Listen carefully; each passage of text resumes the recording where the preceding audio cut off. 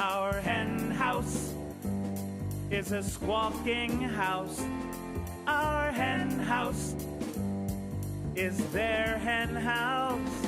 Our hen house, ooh, it's a funky fresh house. Our hen house is your hen house.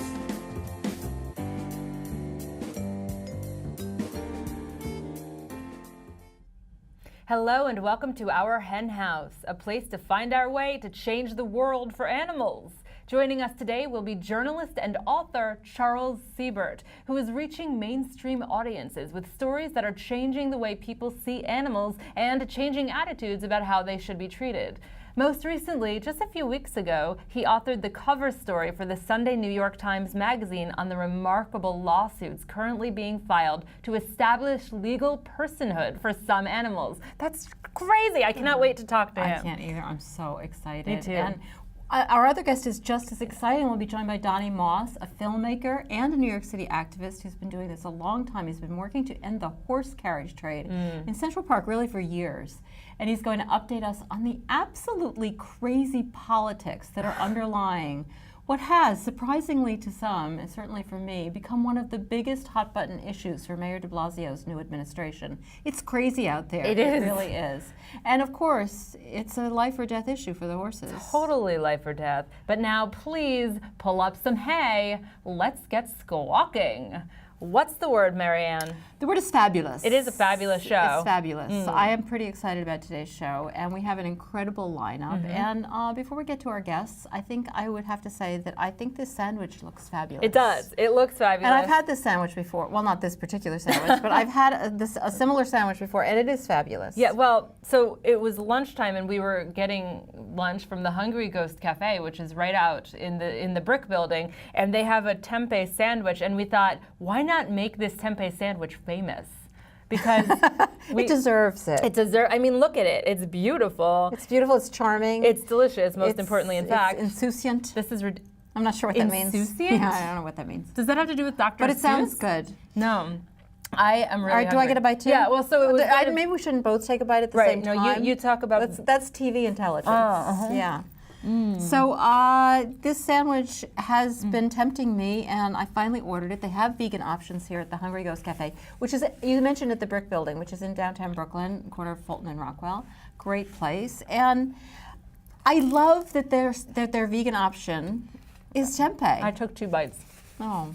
I couldn't help it. Now, do I still have to fill until you can talk? One more minute. I'm Yeah. chewing. Tempeh. Tempeh is one of the more less well known. More or less well More or known. less well known. It is. No, it's true, but tempeh has Meat been... substitutes, as they call them. Or vegan meat. Vegan meat. Yes. It's not, I mean, it is a fermented soy, and we are very familiar with tempeh. People think it's a newfangled food, It's but not. it's not. No. It's a very traditional food. It's from Indonesia. Indonesia. Who knew? Yeah. We People knew know about tofu. We know because we Googled it this morning.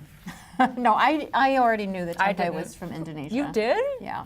You know your tempeh. I do. You know how I know this? No. Because you've made me tempeh. I have made tempeh. And we are those vegans. I'm not We make talking about tempeh. preparing me tempeh, but you've actually made tempeh with a tempeh maker. Well, I mean, I didn't make the soybeans. Only God can make a soybean. But I did take the soybeans and turn them into tempeh. Yeah, well, you take a bite because I know good. you want to. Oh, good, yeah. I I'm know a little you- distracted. I know. Well, I'm going to eat my pickle because I can talk and eat a pickle at the same time. That's how good I am. We actually got a tempeh maker from Seth Tibbet, who is the man who owns Tofurkey. He actually started Tofurkey in a treehouse. And now it's like this amazing company that's based in the Pacific Northwest. And when we were driving out to Portland, which I bring up like every episode. Well, the factory is there, but they sell it all over the country. They sell it everywhere. They sell it in your grocery store. We stopped there and okay, not the best pickle I've ever had. I'm just going to admit that. But the sandwich, very good. It's not, I like it when it's super crunchy. Anyway, Seth makes great tempeh. Tofurkey makes great tempeh, but he said, you have not had tempeh until you've made it yourself. And we're like, right, like we're going to do that. In the mail, a week later, comes not what you think I'm going to say, an egg incubator kit. An egg incubator kit. What? It had little chickens all we over look it. closely and it's crossed out egg and it says tempeh and we're like, with like pen. And that's how he came up with this tempeh making kit. It also had, he enclosed a little book on how to make tempeh. Right. Since it's not really obvious how you turn soybeans into tempeh. It basically requires growing mold. Yeah, which really takes away the charm of what we're talking maybe about. We shouldn't be talking about this. No, we're not going to talk about the mold. Rewind your VCR. Go back to 19.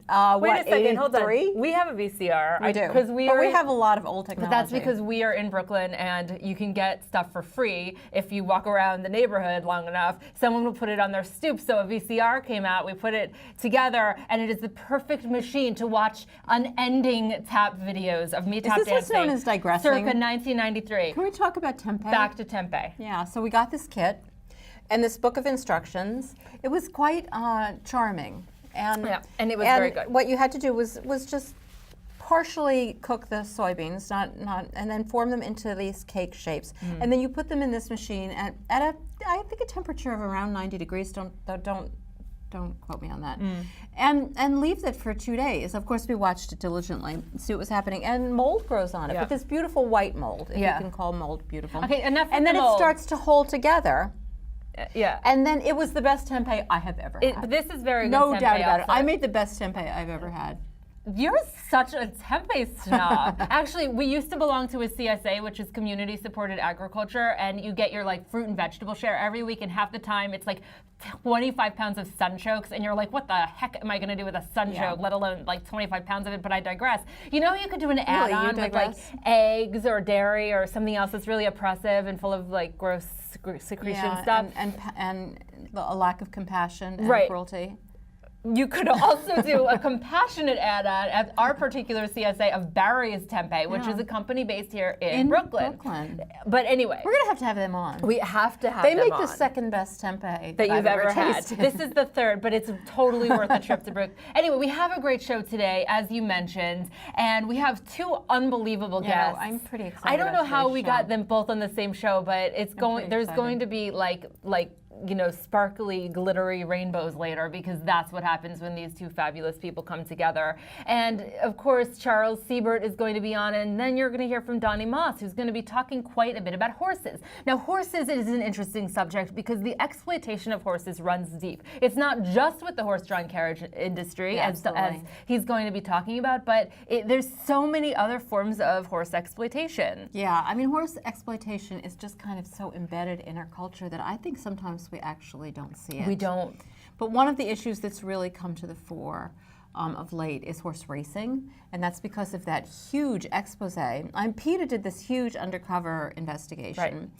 And then they got the New York Times to cover it in an exclusive. That's a good move. Yeah, that shows how big this story is. This was in the Atlantic, right? Well, and then the Atlantic followed up with a story very recently about the whole thing. It was really from the point of view of somebody who loved horse racing and was trying to maybe make the Times story not as big as it was, but it was actually a pretty big story, and really ripped the lid off of horse racing. Totally, a lot of people are talking about it. I actually overheard someone on the subway, the F train, the other day talking about it. Really? Yeah, I did. Did I not tell you that? No. I thought I was trying to text you because it was above ground. I digress again. It's like my digression day. Anyway, the Atlantic article was actually a commentary that was, as you said, based on this New York Times breaking of the PETA investigation, which really supposedly shocked the racing world and exposed one of the top trainers as using really abusive practices.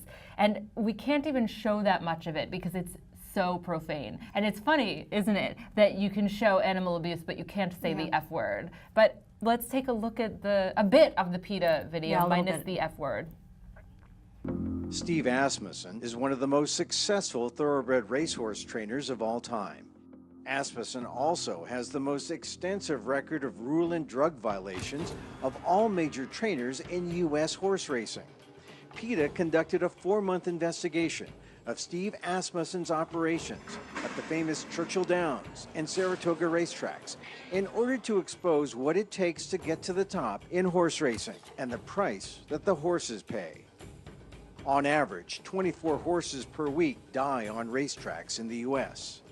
During the course of the investigation, PETA's undercover agent documented standard practices in this industry in which death and injuries are business as usual. Oh my God, that video. The video. Yeah, that video is the tip of the iceberg. Oh, it really is. This is the top trainer in the United States. I mean, he makes millions and millions of dollars off of these horses. Wow. And I mean, one of the things that kind of bothered me about the Atlantic article, the Atlantic article was good in calling for reform, but it was just taking this point of view that, oh, this is a bad apple. You know, you see this kind of attitude so all often the time when people are talking about the undercover investigations in the animal agriculture industry. Oh, it's a bad apple. Well, if the top trainer in the country is using these practices, how is anybody else not? Exactly. I mean, like, they have to compete, and if these practices make the horses run faster, then I don't see how everybody isn't using them. I mean,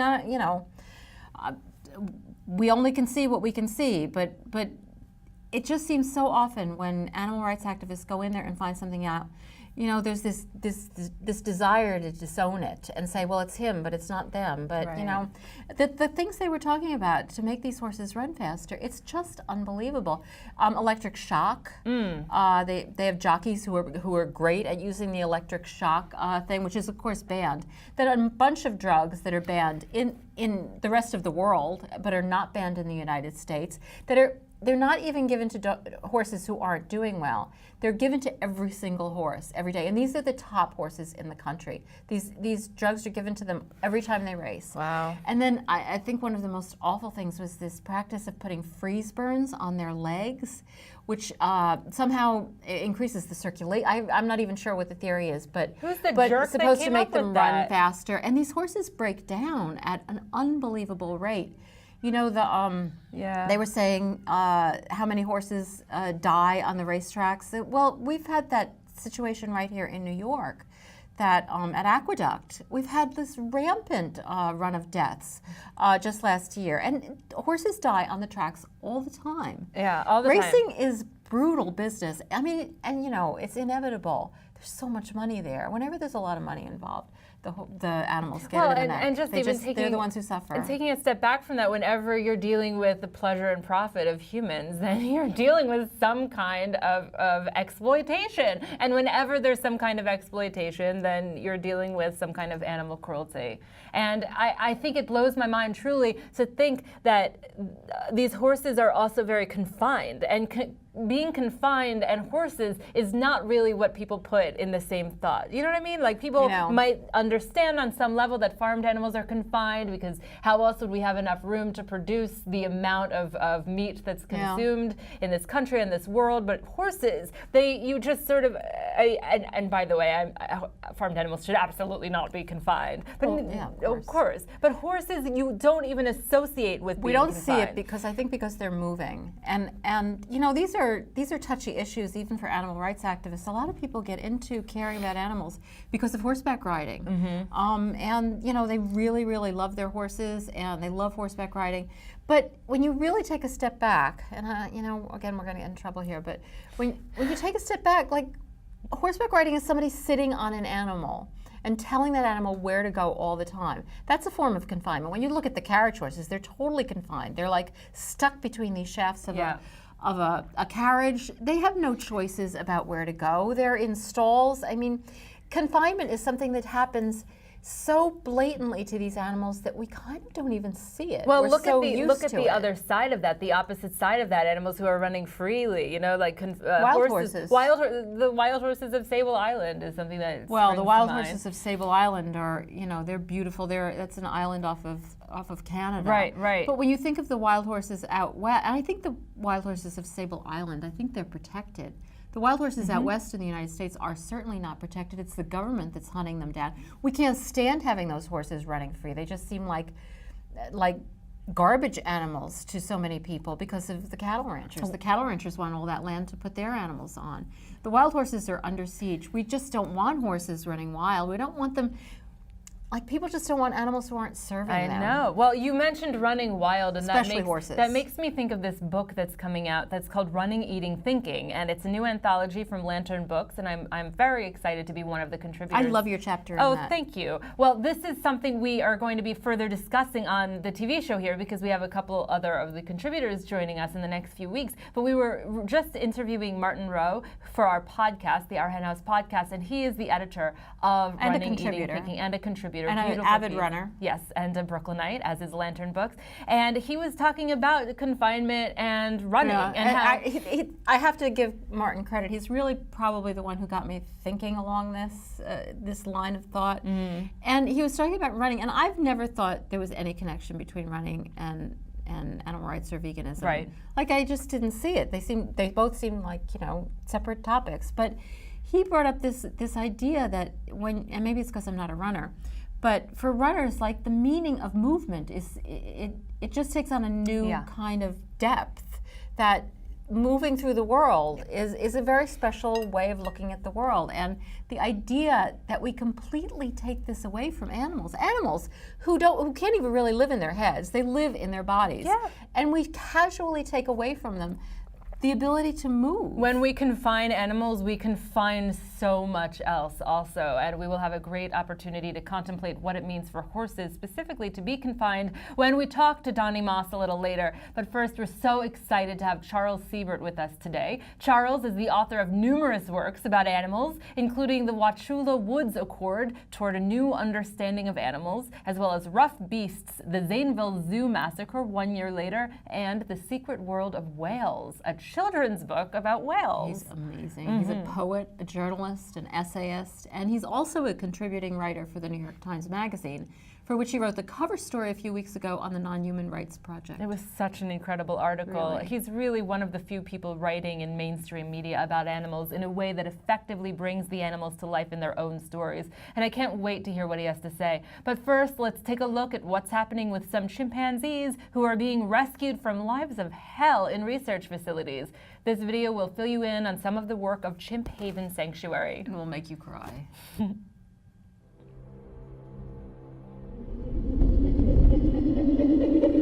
Ultimately, the provision of space and the ability to live in large groups can enhance a chimpanzee's life.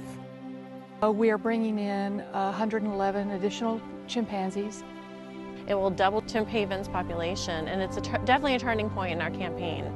We're starting to see more chimpanzees go into retirement as we've been successful over the years. I've worked with chimps for over 15 years, and I've worked with them in the laboratory environment prior to coming to Chimp Haven. And to witness chimps coming out into the natural habitat after seeing what they've been exposed to in the past is rewarding beyond anything that I can say.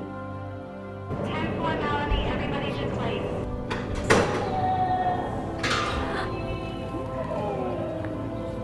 Seeing the chimps step out into the yards for the first time and to be kind of faced with all of this immense space where they just sit and look up and with this awe of amazement, like there's no bars above me. It's just absolutely phenomenal to witness. Several of us have known some of these chimps prior to them being here, and to actually see them step on ground for the first time and not be very unsure about it because they never touched it before, or to see another chimp and realize there's no bars between you, and to be able to groom and just learning the dominance hierarchy, who's going to be submissive in a group and who's going to be dominant. It's a very exciting process. It's amazing to witness, and it really is a testament to how much the chimps grow once they get here to Chimp Haven. This is unprecedented. This is the largest group of government-owned chimpanzees to be retired from a laboratory. And now these chimpanzees get to come out and be in big groups and exhibit the same type of behavior that their wild counterparts would do. It makes me speechless. We believe that these chimpanzees who have given so much to humankind, that it's only fitting that we give back to them and let them enjoy their retirement years in as close to a natural habitat as we can possibly create for them. Some of these chimpanzees are over 50 years old. So it's incredible to see that, they came from the wild where they were able to climb trees, and now they're back to climb trees in a more natural setting. This is not like anything we're able to do usually. Working on animal research, you prevent additional research often, but you don't actually physically see animals make it out to a place like this. So this is a huge victory, and there are hundreds more in laboratories, and we're very close to getting them here. It's been a long road.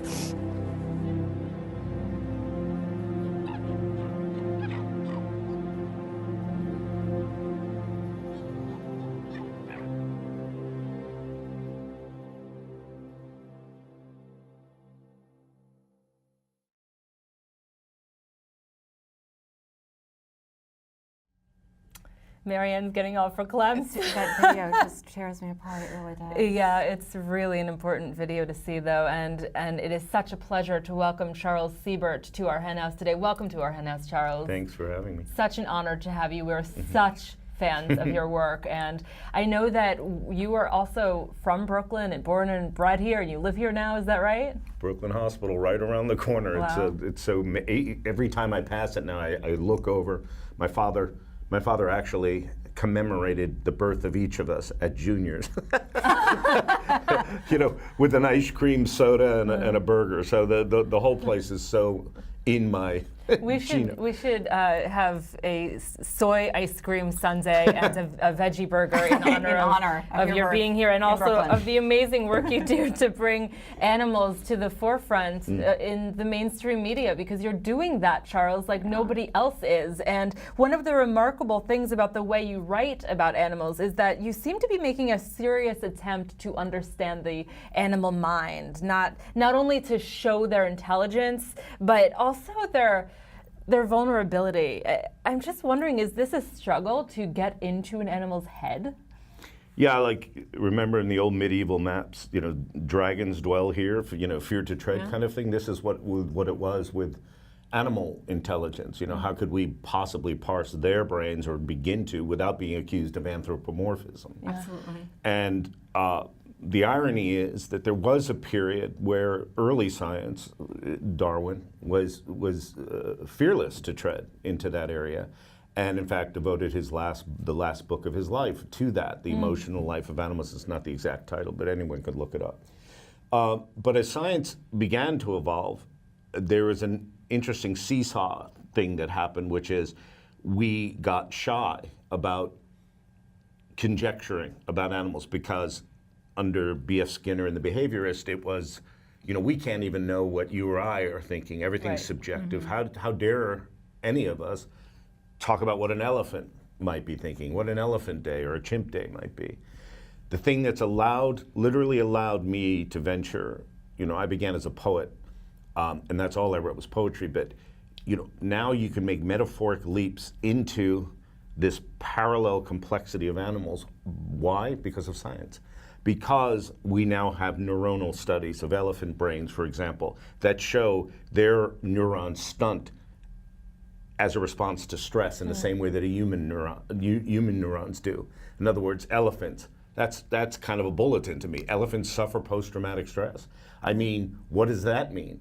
And they suffer it for the very same societal breakdowns that humans, incur. Like, in other words, if an elephant's not raised closely to its mother and doesn't have attachment mechanism, same thing happens to that brain that happens to a child who's ignored and not reared in what in the normal loving and consoling ways. So you read stuff like that, you don't have to say a word. It's not like you're arguing for anything. It's to say you tell that story and you let people process that, and that's what all my writing's been about. It's with animals. I shut up. I just present the story, and then go here. How does this make you feel now? Does this make us more uncomfortable? Because when you know this about a creature like a chimpanzee or an elephant, are you now a little nervous about the fact that we have this animal in confinement? We were so fascinated by the recent article you wrote, the cover story in the New York Times Magazine about Yes. Steve Wise's work with the Non-Human Rights Project. And of course, Steve is bringing litigation. He started in New York, but he'll be bringing litigation all over the country that is representing animals. He started with chimpanzees and really trying to establish that not that they have human rights, but that they have the ability to go into court and assert the rights they do have. And these are animals who are intelligent, they're autonomous, they can make their own decisions, and they have the right to do that. Groundbreaking litigation, and I'm so excited it was on the cover story of the New York Times Magazine. You know, he's really upsetting the whole ethos by saying, you know, and maybe people say he's overreaching. I want a human right for an animal, and that's a blurring of the lines. But the bottom line about Stephen Wise is this is why we meshed and became friends. He's using the same science that I use to write my stories. He's using it in court and saying, how do we deal with this? Because it's new knowledge now. We're in a new place. Mm-hmm. So, but that's the long-winded answer to your question, which is I couldn't write this stuff now if it weren't for the science, and Stephen Wise couldn't be prosecuting these cases if it weren't for the science. I totally agree with you, but there's something so sad about that we went so awry in behaviorism and thinking that we had to prove that these animals could feel. We sometimes we do need to trust our intuition, and I think animals right. is a place where that's true. But we should have trusted our intuition, but we didn't. And it turns out the science has now come around to support all of these things that we sense to be true about that's animals. Very well put. You know, intuition being borne out. This is the very sad thing about us as the dominant species, that we're coming to these understandings so late. I mean, with all these creatures really on the brink. So it's almost like in our frame of reference, we had to destroy them to know them, which is a horrible, or nearly destroy them, which is a horrible dynamic. You're right. But that's how it's come. I mean, for years it was fine. Look, I was a kid in Brooklyn. I went to the inner city zoo. I probably developed my early fascination by, you know, being the kid who just sat in the Brooklyn Prospect Park Zoo staring at the chimp overlook. And that's about empathy and wonder, you know, just like, what is behind there? There's me. I know there's a me in there, or a there. And that kind of connection is, you know, developed. But that's what's really sad about our arc. Here we are at the cusp now of an end game with animals. Think of elephants, think of chimps. There's not much time, there's not much space left. So, look, any understanding is not, you know, it's a little too late, you might say, but anything is welcome at this point. I think it's going to explode. I think it is exploding, and, you know, you can't, like Steve Wise is the perfect example. But, you know, remember too, it took the New York Times 3 proposals from me to accept this story. Wow. No, they didn't want it. But they did. They didn't want it. But then they did. You. Then I just pushed it because this is the first time in my life I've ever followed a prospective subject and paid out of my own pocket to follow him, because you know, usually it's an expense account, but I just said, no. What this guy's doing is cutting edge. It's whatever you think about it, it's so out there and probably ahead of its time. And very fraught analogies being drawn between slavery, between, you know, women who couldn't get the vote, between, you know, people are so offended about that. You know, but his point is, I'm not equating, you know, not at all. You know, that to that. I'm saying, do you believe, judge, whatever judge this, you know, who may finally say, do you believe that this entity has enough individuality, will, intention, anticipation of future, you know, the ability to even know that they're going to be in jail again tomorrow, which chimps have. That's not conjecture anymore. That's been shown. So how do we feel about that now? Yeah. You know, and people go, more animal protection laws. But Stephen's answer is, guess what? There are creatures like this that it's okay to keep them in zoos, and it's okay to keep an orca at SeaWorld. They make tens of millions of dollars off of them. And it's never going to be against the law. We have to recognize that they have rights. There's just no way around it. And, you know, it's perception. These animals, as I always say, they're twice imprisoned. Once by the bars or the pools they're in, and twice by our perception. We have bars in front of our eyes when we look at it. Why? You know, I'm writing an essay now, why can't we see animals? And it's because the first thing we do when we look at a non-us is go, oh, poor you're almost us. You know, I love that. Yeah. I can't wait to read this. There's a kind of built-in hierarchical structure in our brains. And so now we're going, you're not us, so we're going to put you in a cage and just stare at you for a while. and have even look, some of the best poetry I loved was Rilke, you know, and you know, and he would sit at the Jardin des Plantes in France and stare at animals and write really moving poems. And there was a deep sadness in what he was thinking. But now, I think if Rilke knew what we knew now when he wrote, you know, it would be even. I'd love to read that. Yeah. But how do you get people to care? I mean, you're discussing these issues that people have their own kind of confinement systems in their brain. How do you get past that? How do you make people want to read about non-human rights? And how do you do it? Yeah, he does it. I just tell us how. Yeah, what? Yeah, what's your secret? What is it? No, I really do think shutting up. I mean, I think there's a weird principle that happens.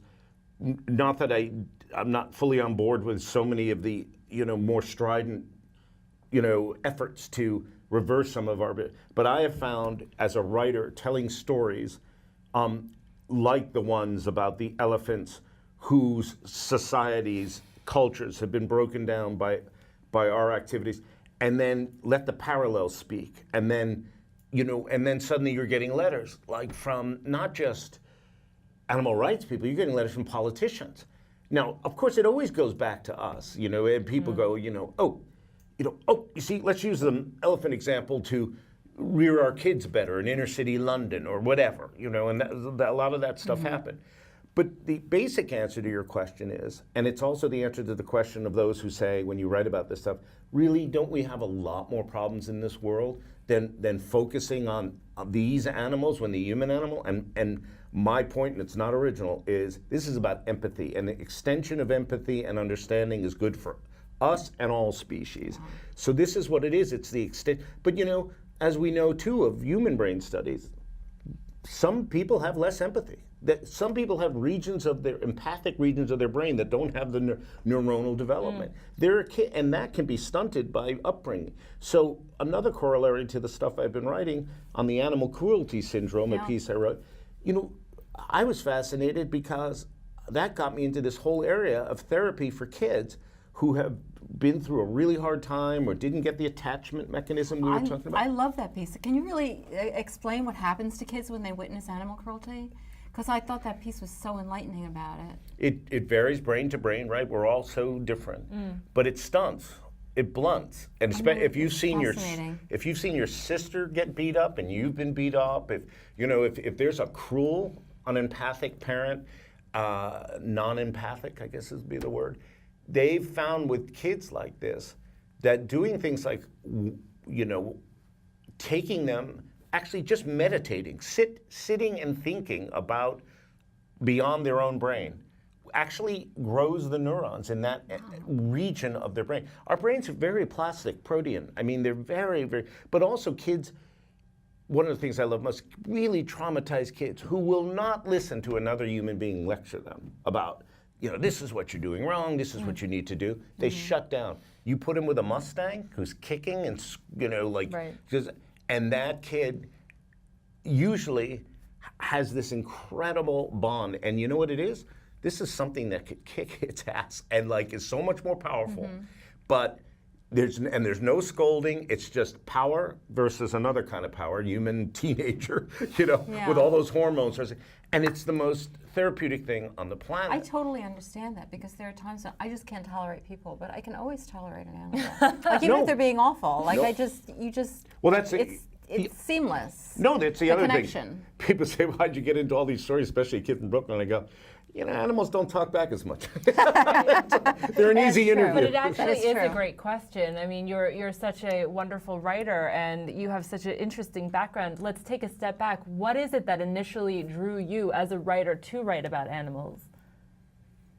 I guess I could harken back to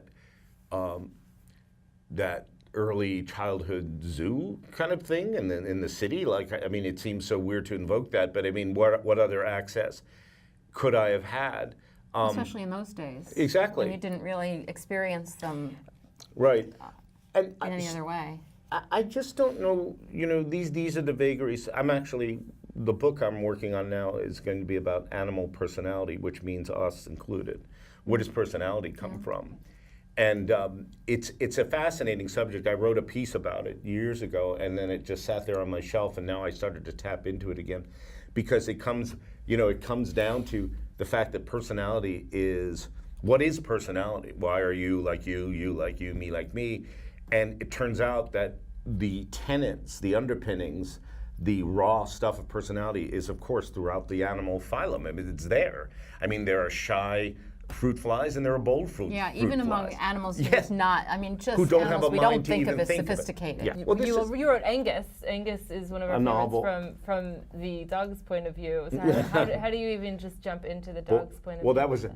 that was a sad day in my editor's mind when I called her up and said I'm doing it from the dog. No, but that's your only. Is that your only novel that you've written? Or? Yeah, I've written a bunch of poetry, Right. and then a novel, and then the rest are these memoirs. I think the answer to your question, though, is like, this gets to family, and as the middle child of 7 kids, and I know this could be a cliche, but I was always the one that kind of had like a foot in it and a foot outside of it. I was always observing from afar, kind of thing, and to me, animals were a way to dive into just a parallel world, and so I was, like I said, I was the kid in the ape house. Everyone else had left, my parents had gone off, and I'm like, I just used to like to go there, and I got away from it for a long time. I wasn't writing about animals really. I was writing about nature versus city, a lot, and then. One day, a New York Times editor said, I wrote a book about the heart. I was obsessed with the heart, and I went on a heart harvest for a woman who ended up getting that heart for a transplant. And I was the first journalist who was allowed to go on a heart harvest. And so I wrote all this stuff about the heart in one book about the heart, and then my editor at the time said, why don't you do what you've done for the heart, for the brain? And I went, oh no, like now he wants me to write about consciousness. So I was so nervous about that because, that is a subject that stumped far greater minds than mine. It's a tough one. I'm not sure we really get that one. Exactly. So this is what's funny, this is how I chickened out. I said, rather than write about consciousness, human consciousness, I said, I just read a piece about chimps being put in a retirement home. That's great. Chimp Haven. I said, let's do a story about these chimps who've been, pressed into medical research, and now, because it was shown that it was a folly to think chimps could help us with AIDS, they're now being retired under Bill Clinton's last act, of his presidency. I love that. It was the Chimp Act, and that released these chimps. So I started to hang out with these chimps, and then other chimps in retirement, and so the piece that was supposed to be about human consciousness became Planet of the Retired Apes, as they called it. Kind of unfortunately, and even more unfortunately, they went out and got a real chimp and put it on the cover, which was not. But I had no say in that. Yeah. But anyway, that's what started this. From there, it went to animal personality, from animal personality to the elephant crack up, from elephants to whales to animal cruelty, and it's like I can't stop. And It's I like that it's come back to chimps, and you're writing about Steve And now- Wise. yeah. And really maybe a big change. You're Yes. just doing such tremendous yeah. work for shedding light on these issues and kind of getting people to think about them in new ways, and we're so grateful to that. And I hope. Can we talk for 6 more hours? Yeah, let's. Let's go. Yeah, let's just pretend that we're continuing with the show. And get you some more coffee. Anyway, thank you so much, Charles, for coming to visit our hen house and for sharing your story and your wisdom with us today. I really feel like there is so much to talk about, and we didn't get to anything. I hope I'll that come you back. please do come back for more. Please do. We are so grateful to have you today. There My is pleasure. so much to talk about when it comes to what's going on with animals, and I'm so excited about our next guest also. Our next guest is going to be filling us in on what's going on with an issue that New Yorkers can't seem to stop talking about: the fate of Central Park's carriage horses. This has become a huge hot button issue for the city's newspapers and for City Hall. Donny Moss is a filmmaker and activist who's been spreading the word about horses and sticking up for them for years. I cannot wait to see what he has to say about the current situation. But first, let's take a look at this glimpse of the film Blinders, which is Donny's full-length documentary about the carriage horses.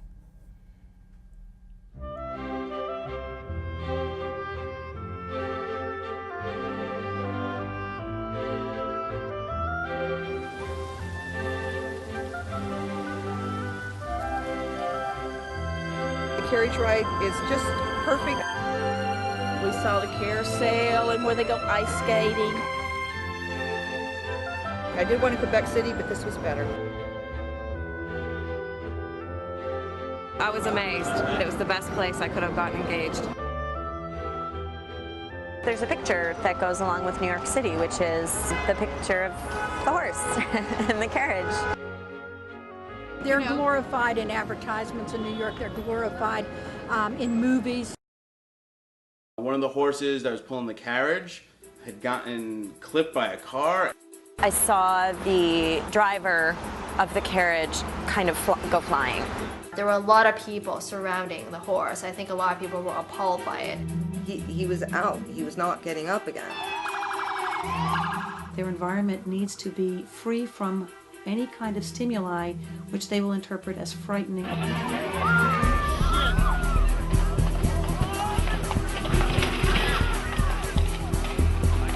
It's a time warp. Like they've come from a different time and a different place and just been dropped there.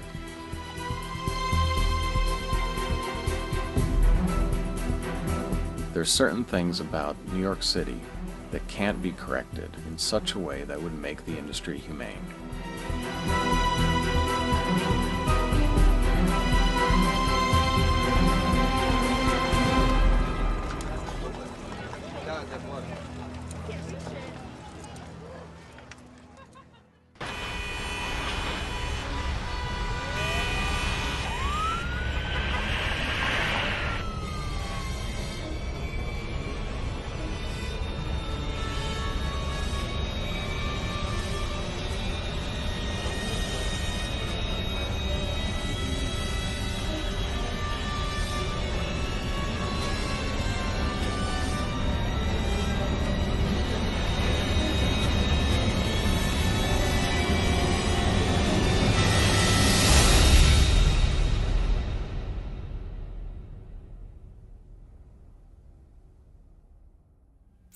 Wow, that is so hard to watch, but it's also so important that it's out there, and we're so grateful that the information is getting out there more and more about the cruelty behind the horse-drawn carriage industry, which is such a big topic, and we owe so much of that shedding light on this important issue to our second guest today, Donny Moss, the filmmaker and activist behind Blinders.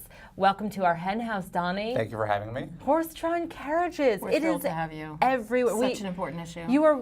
You are going where not enough people are going, but you are doing it in such a big way that people are looking and they're noticing, and this is a hot button issue in the media in New York City and well beyond New York City too. Yeah, no, it has really exploded of late. Can you, before we really start talking about the political issues though, can you give us a snapshot into exactly what is wrong with the carriage industry, in your opinion, from the point of view of the horses? Yeah. Horses are living, breathing animals, but by forcing them to pull carriages in the congested streets of Midtown Manhattan with aggressive taxi drivers and double-decker tour buses and ambulances, we're treating them like inanimate objects, like motor vehicles. It's inhumane, it's unsafe for the horses, and it's unsafe for us, because horses are prey animals. When they spook and bolt down a busy street, they become weapons.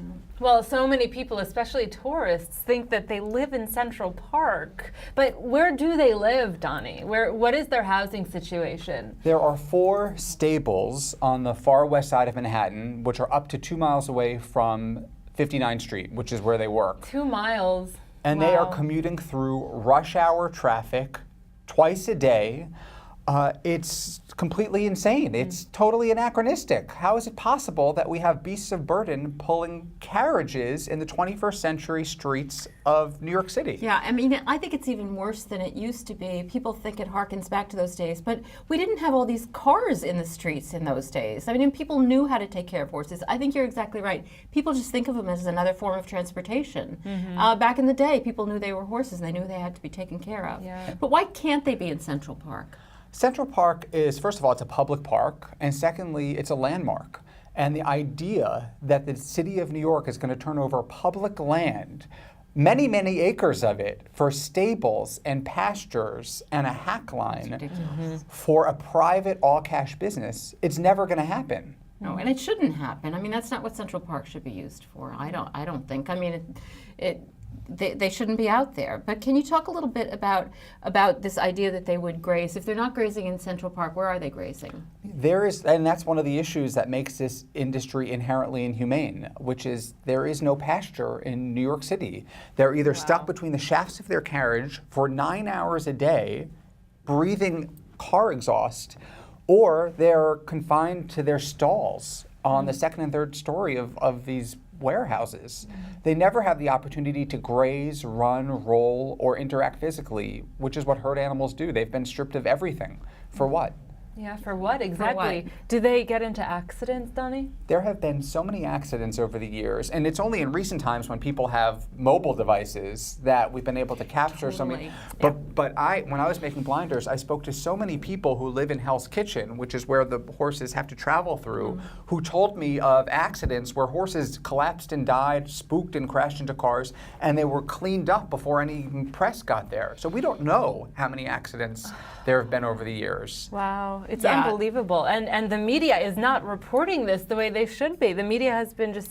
Yeah, there was an accident just a few weeks ago, I think, that really got very little coverage.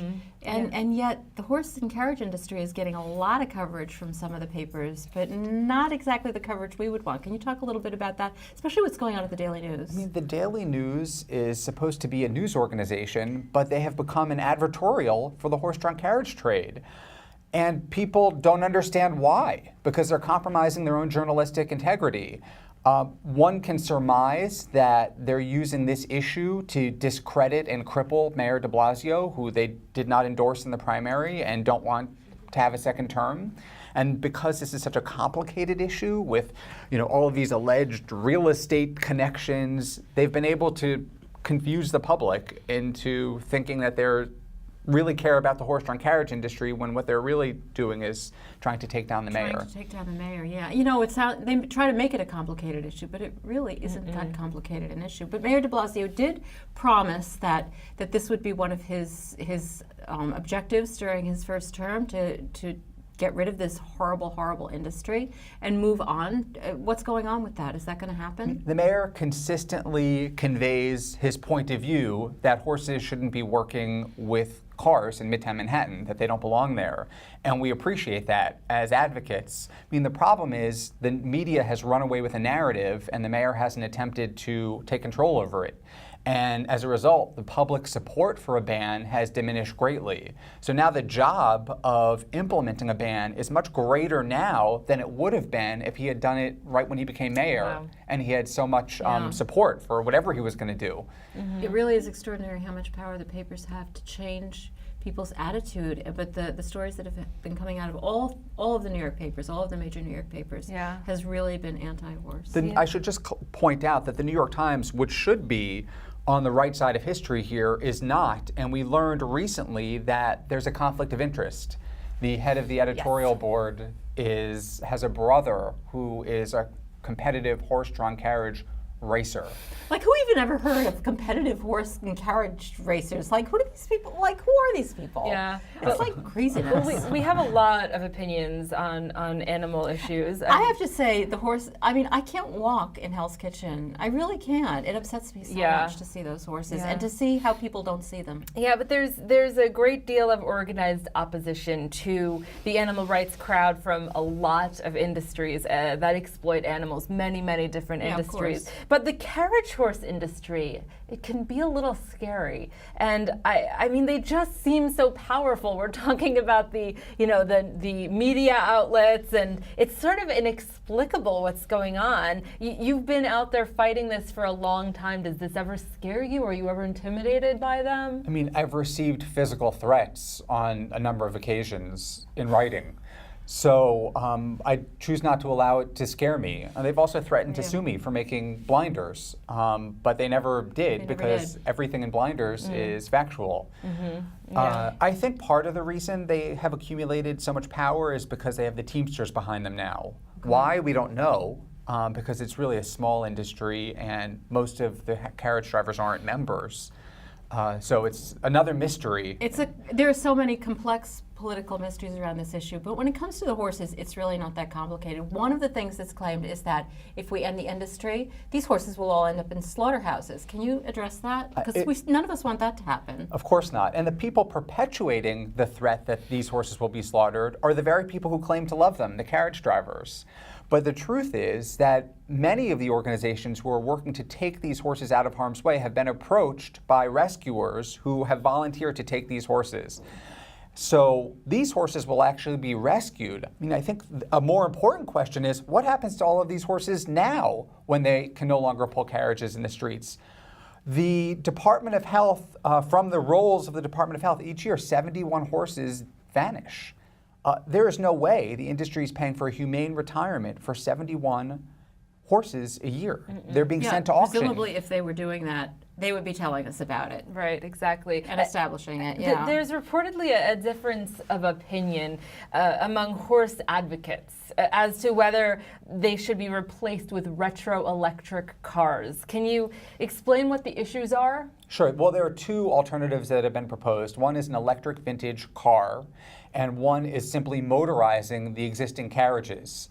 And either of these options would be fine for the advocates. I mean, our priority is taking these horses out of harm's way. Whatever they're replaced with is really of no concern to us. But what's interesting here is never before in a campaign to help animals have you seen advocates actually trying to help the people who will be displaced. And that's what's happening here. But there's been no acknowledgement of that by the industry. Yeah, I mean, it just, like, things happen. Laws change. Are we never to reform anything? I mean, people are employed doing all sorts of things. And I am all for employment and helping people get jobs and full employment. I want that to happen, but why should these horses be held hostage to that idea? Jobs? People should have jobs, but they don't have to have this job. Jobs are never an excuse for the inhumane treatment of animals, nor is tradition, which is the other excuse being thrown around. If Barcelona can ban bullfighting, which one could argue really was a tradition there, then New York City can take these horse and buggies out of Midtown. Well, can we talk a little bit about what is going on in other countries? Because we've heard that horse and carriages have been banned in major cities around the world, and then we've heard recently from the Daily News that that's not true. Consider the source. Can you address that? Sure. The Daily News specifically said that Paris and London have horse-drawn carriage trades, but they don't. I lived in London, and there is no place in London for a tourist to go to hop on a horse-drawn carriage ride. They're used for state functions, so on occasion you might see one in the street. And in Paris, I actually called the company online that claims to have horse-drawn carriages. They have, and when I spoke to the proprietor, he said they have one carriage. The rest were taken out of the streets years ago, and it has to be hired in advance, and they're limited to very specific areas. And it just goes to show how manipulative and deceptive the media is. That's a very different situation. So you can they're not banned from being in the city if somebody hires them, but they don't have a business where they're lined up waiting for tourists to get in and be driven around. There are 68 carriages riding through Midtown in Times Square, Rockefeller Center. You cannot go to London, Paris, or the other cities that we've claimed don't have them and find these horse-drawn carriages in the streets. Can you talk a little bit about the limitations on when they can work? Because there's quite a bit bruited about that, there are these laws in effect and their working hours are limited.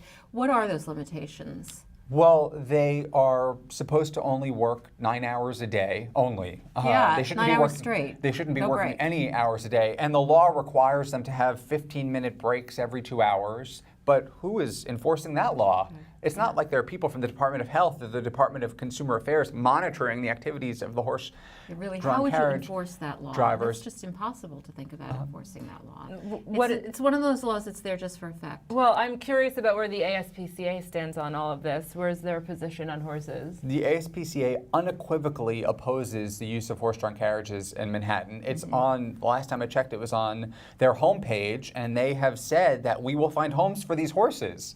But that's great. I wasn't aware of that. Media doesn't report on that, though. Yeah. Right. Well, that's why I wasn't aware of it. Exactly. They don't report on quite a lot. It's just crazy. So what about the cruelty law? That applies to these horses. Is it ever applied? the state cruelty laws. Yeah. I mean, the cruelty laws that ban cruelty to animals, because some of this certainly is cruelty. we would hope that our elected officials would tap into state cruelty laws to take these horse-drawn carriages off the streets, but it hasn't happened. I guess they can be interpreted in different ways. There should also be, look, the tourists who are taking these rides are in open vehicles within the streets with motor vehicles, and they don't have seatbelts, they don't have helmets. I mean, when a horse spooks and bolts down a street and dumps people out of a carriage. Yeah, but it's so romantic. Right. It's just so sweet. But the reason I bring that up is to say you would think there would be liability and public safety issues that could be used. Enormous ones. To shut this down, not just humane issues. It's so inexplicable that this still continues. Do you think that people have a blind spot, so to speak, when it comes to carriage horses because it just harkens back to our past and it seems so innocent? Do people really still think it's that innocent? I think they're lined up there on 59th Street, and I'm sure many people make the assumption that if they're there right in public view, then they must be okay. Yeah. And they must live in Central Park, and the drivers must love their horses because that's their they do all the bread time. and butter. Yeah, they love them. But they're commodities. It's much less expensive for them to sell their horse at auction and buy a new one than it is to provide veterinary care and to help a sick horse. Yeah. They're commodities. Well, there's a lot to think about here, and thankfully you have the film Blinders, and I hope that people can watch your film. They could learn more about Blinders on the website for Blinders. Can you tell us what that is? Sure, it's www.blindersthemovie.com, and there's a link to rent it on Amazon. Excellent, and I'm so grateful to you, Donny, for joining us today in our hen house and for going there, because it's not always the easiest place to go, and yet you are. So we're very grateful to everything that you're doing. Thank you for helping spread the word about this issue. Yeah, well. We need every voice. Yeah, I mean, I wish more media was doing that. Yeah. Well, or at least shutting up about saying ridiculous things about horse advocates and promoting the carriage trade, which is what the media seems to be involved in. Yeah, and well, with that, it does give me hope, though. It gives me hope that Donny is doing this work. It totally does. And it's such an important issue. It's few animals compared to other issues, but they're right out there. Right. And if people look at them and think, well, this is okay, there's something wrong with that, because those horses that's not a way an animal should live. And honestly, the fact that the news is putting these ridiculous headlines up there is, to me, as we like to call it, a sign of rising anxieties. Yeah. And rising anxieties is a reaction to the fact that it's out there and the truth is being told. And that's it for us hens today. Thank you so much for joining us here at our hen house. Remember, you can find our podcast if you can't stop listening to us on iTunes, Stitcher, and on the Our Hen House online magazine, which you can find at ourhenhouse.org.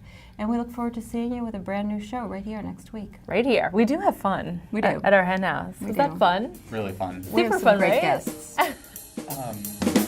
Our hen house is a squawking house. Our hen house is their hen house. Our hen house, ooh, it's a funky fresh house. Our hen house is your hen house.